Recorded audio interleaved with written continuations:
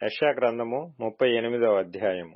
ఆ దినములలో హిజ్కియాకు మరణకరమైన రోగము కలుగగా ప్రవక్తయు ఆమోజు కుమారుడునైన యెషయా అతని యొద్దకు వచ్చి, నీవు మరణమవుచున్నావు, బ్రతుకవు, గనుక నీవు నీ ఇల్లు చక్కబెట్టుకొనుమని యెహోవా సెలవిచ్చుచున్నాడని చెప్పగా, అతడు తన ముఖమును గోడతట్టు త్రిప్పుకొని, యెహోవా, యథార్థ హృదయుడనై సత్యముతో నీ సన్నిధిని నేనెట్లు నడుచుకొంటినో, నీ దృష్టికి అనుకూలముగా సమస్తమును నేనెట్లు జరిగించితినో కృపతో జ్ఞాపకం చేసుకొనుమని హిజ్కియా కన్నీళ్లు విడుచుచు యెహోవాను ప్రార్థింపగా, యెహోవా వాక్కు యెషయాకు ప్రత్యక్షమై ఇలాగు సెలవిచ్చెను.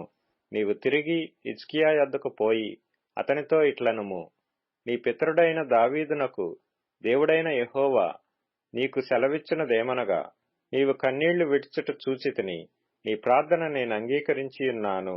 ఇంక 15 సంవత్సరముల ఆయుష్యము నీకిచ్చెదను. మరియు ఈ పట్టణమును నేను కాపాడుచు నిన్నును ఈ పట్టణమును అష్షూరు రాజు చేతిలో పడకుండా విడిపించెదను. యెహోవా తాను పలికిన మాట నెరవేర్చుననుటకు ఇది యెహోవా వలన నీకు కలిగిన సూచన. ఆహాజు ఎండ గడియారము మీద సూర్యుని కాంతి చేత దిగిన నీడ మరలా 10 మెట్లు ఎక్కజేసెదను. అప్పుడు సూర్యకాంతి దిగిన మెట్లలో అది 10 మెట్లు మరలా ఎక్కెను. యూదారాజైన హిజ్కియా రోగి అయి ఆరోగ్యము పొందిన తరువాత అతడు రచయించినది. నా దినముల మధ్యాహ్న కాలమందు నేను పాతాళ ద్వారమున పోవలసి వచ్చెను. నా ఆయుశ్శేషము పోగొట్టుకొనియున్నాను. యెహోవాను, సజీవుల దేశమున యెహోవాను చూడకపోవుదును. మృతుల లోక నివాసినై ఇకను మనుషులను కానకపోవుదునని నేననుకొంటిని. నా నివాసము పెరికివేయబడెను. గొర్రెల కాపరి గుడిసెవలే అది నా యొద్ద నుండి ఎత్తికొని పోబడెను. నేయువాడు తన పని చుట్టుకొనున్నట్లు నేను నా జీవము ముగించుచున్నాను. ఆయన నన్ను బద్దె నుండి కత్తిరించుచున్నాడు. ఒక దినములోగా నీవు నన్ను సమాప్తి చేయుచున్నావు. ఉదయమగు వరకు ఓర్చుకొంటిని. సింహము ఎముకలను విరచునట్లు నొప్పిచేత నా ఎముకలన్నీయు విరువబడెను.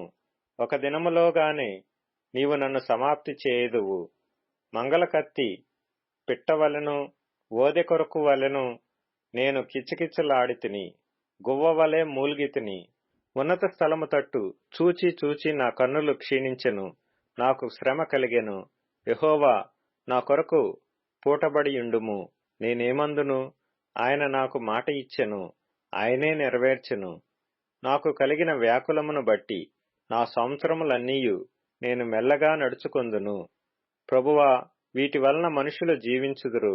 వీటి వలననే నా ఆత్మ జీవించుచున్నది. నీవు నన్ను బాగు చేయుదువు, నన్ను జీవింపచేయుదువు. మిక్కుటమైన ఆయాసము నాకు నెమ్మది కలుగుటకు కారణమాయెను. నీ ప్రేమ చేత నా ప్రాణమును నాశనమును గోతి నుండి విడిపించితివి. నీ వీపు వెనకతట్టు నా పాపములన్నీయు నీవు పారవేసితివి. పాతాళమున నీకు స్తుతి కలుగదు. మృతి నీకు కృతజ్ఞతాస్తుతి చెల్లింపదు. సమాధిలోనికి దిగువారు నీ సత్యమును ఆశ్రయించరు.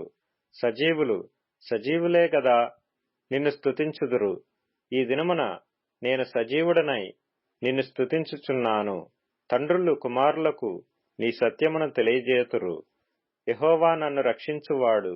మన జీవిత దినములన్నీయు యెహోవా మందిరములో తంతివాద్యములు వాయింతుము. మరియు యెషయా అంజూరపు పండ్ల ముద్ద తీసుకొని ఆ పుండుకు కట్టవలెను, అప్పుడు అతడు బాగుపడునని చెప్పెను. మరియు హిజ్కియా, నేను యెహోవా మందిరమునకు పోయేదననుటకు గురుతేమని అడిగియుండెను.